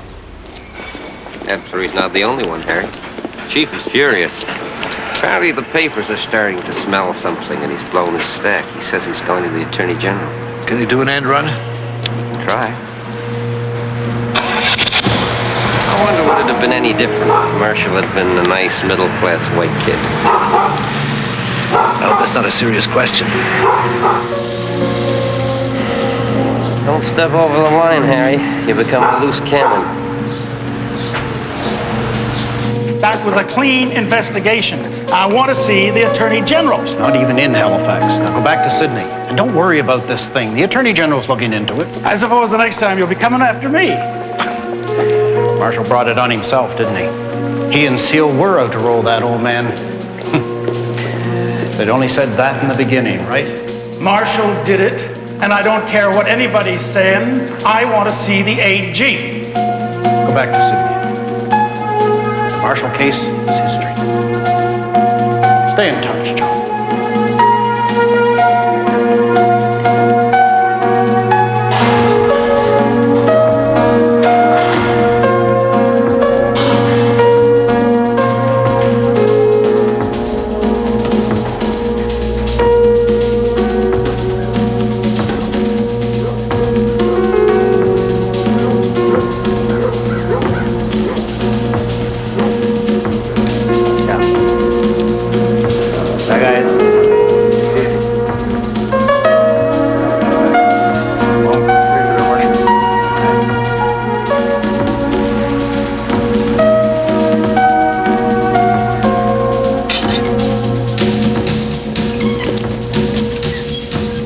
I have always been taught to forgive. And for most of my life, I believed that. But I will never forgive those people that put me here.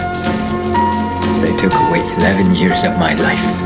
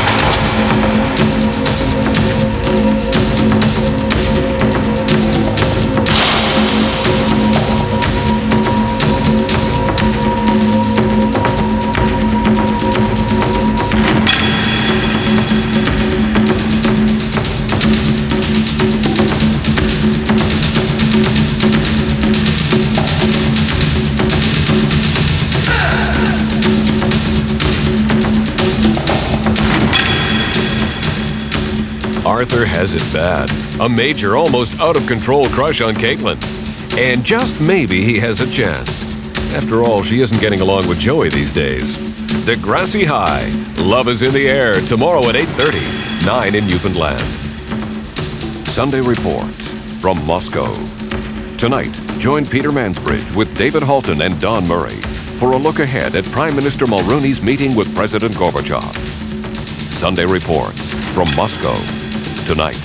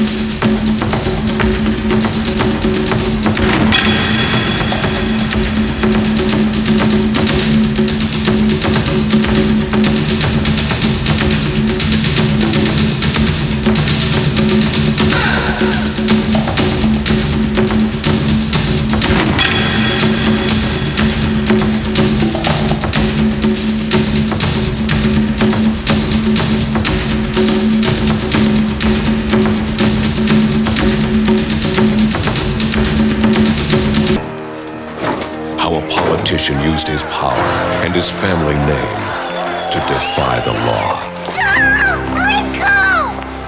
Your children are safe, or you will never find them. How he almost got away with murder. You finally did it, huh? If they want to charge me with something, they can go ahead. Make the arrest. Kate Nelligan, I will fight you for the rest of my life for her. Kenneth Welsh, Go ahead, see how far you get. and now, Love and Hate, the CBC Sunday night movie. The following dramatization is based on the true story of Colin and Joanne Thatcher.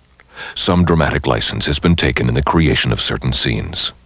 Due to the content of this program, viewer discretion is advised.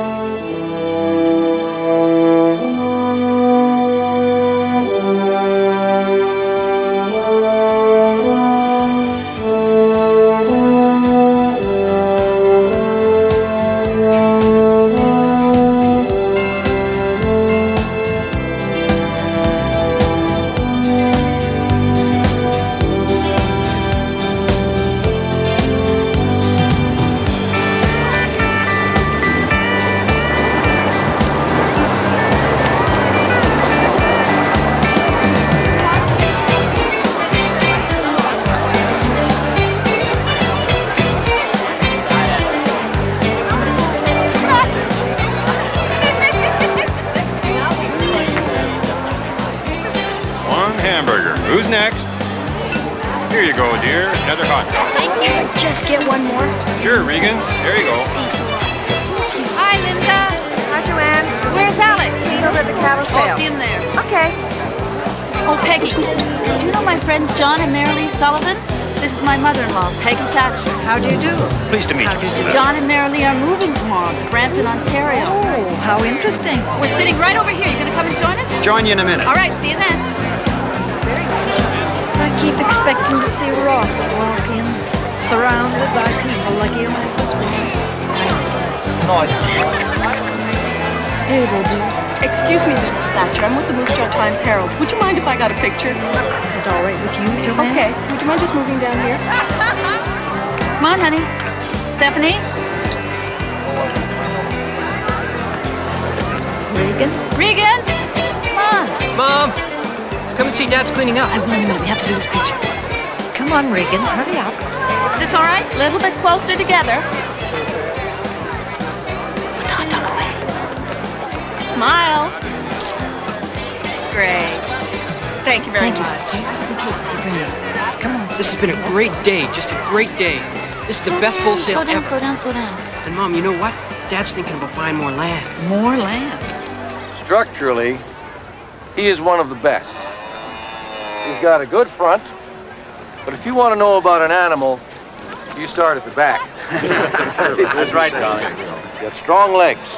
Like I always say, you can't service a cow, and it don't matter what the rest of them looks like.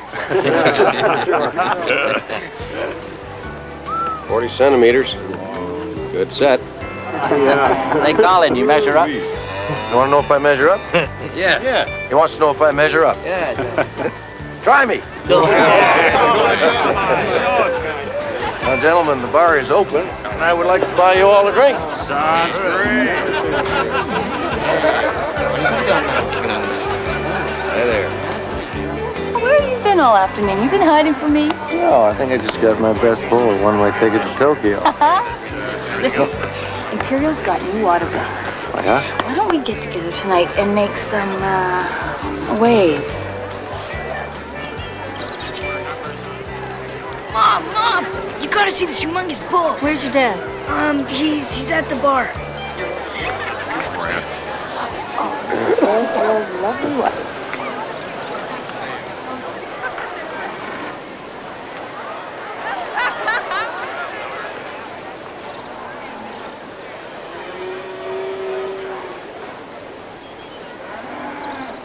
Well, this way. I mean, this way. This way? Yeah. Right? I like that. Mom,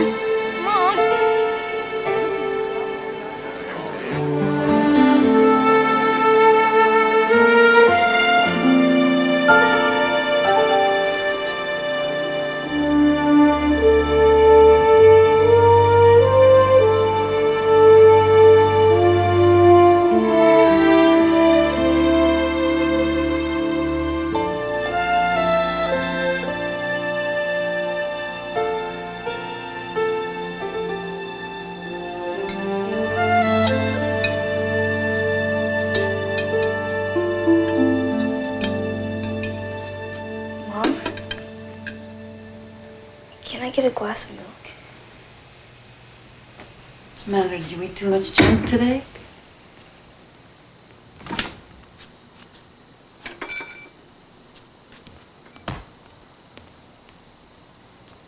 How many hot dogs did you have, anyway?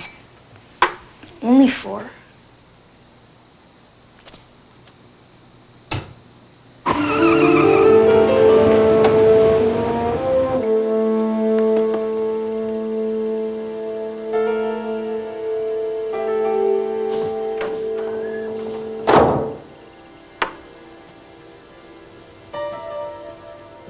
Take it upstairs.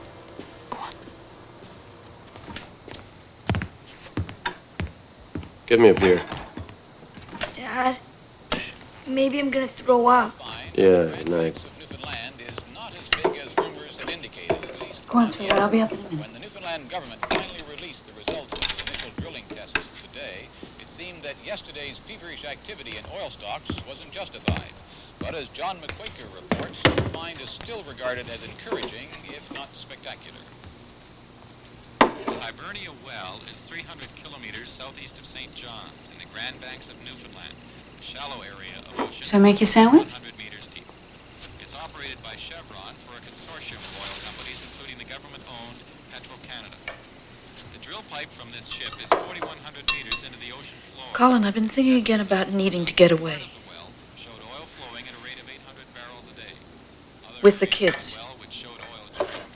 You'd hardly miss us. You get home so late. I mean, you're home pretty late. Not tonight. I do not want to talk about this. Colin, please, a holiday. Sometimes I think if I don't get away from here, I'm going to go out of my mind.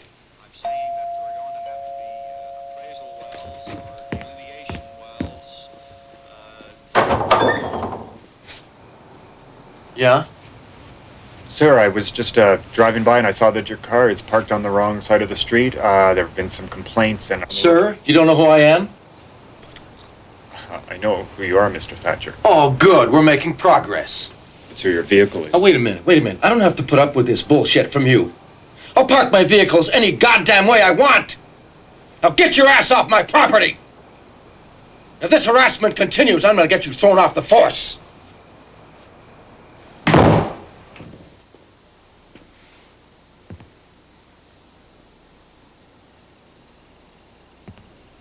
You can take my kids. You will never take my kids. Never!